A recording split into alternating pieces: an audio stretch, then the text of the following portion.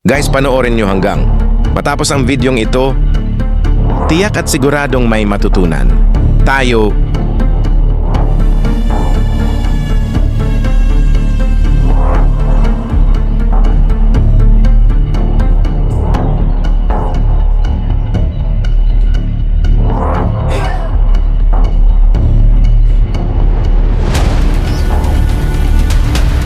Mamangha ka sa talento ni Kuya. Gamit lang ang empty galon ng mineral water. Gamit ang grinder, tinapas niya ito pabilog. Kumuha pa siya ng isang maliit na empty galon at sinukatan niya ito akma sa sukat ng kanyang design na nais.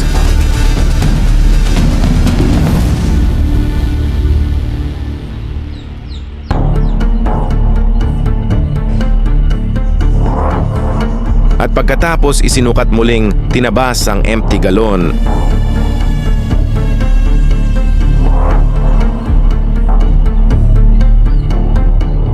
Nang maiporma na ang nais na design, kumuha ng planggana at naghalo ng purong semento.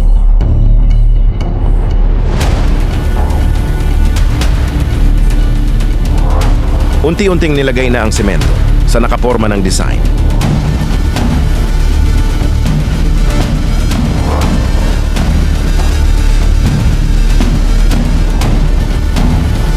Nilagyan ng maliliit na kabilya para sa pundasyon. Nagtabas ng styro para sa design na gusto. Nilagay ang styro para pangharang at saka pinatong ang empty paint, galon.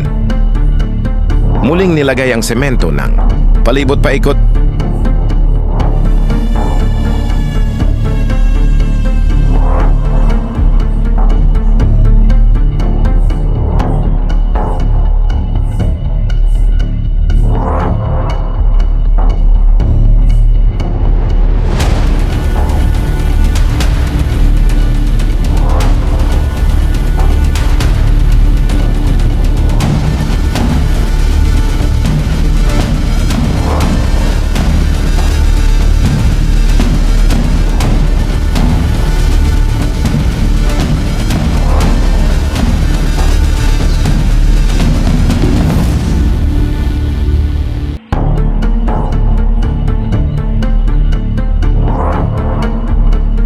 Nang matapos na ang paglagay ng semento, pinalipas ang isang araw bago ito tanggalin.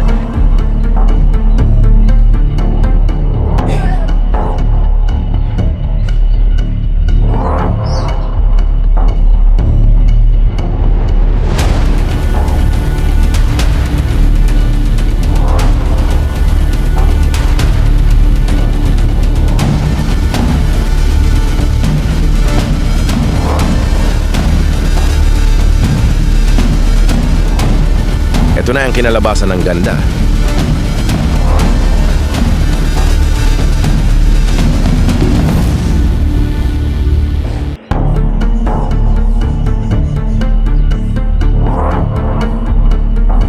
Habang pinapahiran ng pangpakintab, unti-unting lumalabas ang ganda ng obra ni Kuya.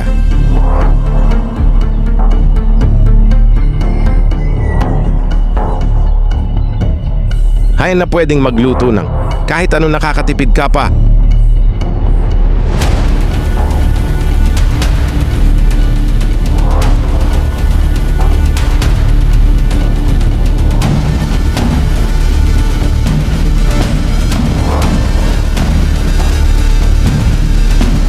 Sana guys nagustuhan nyo ang videong ito.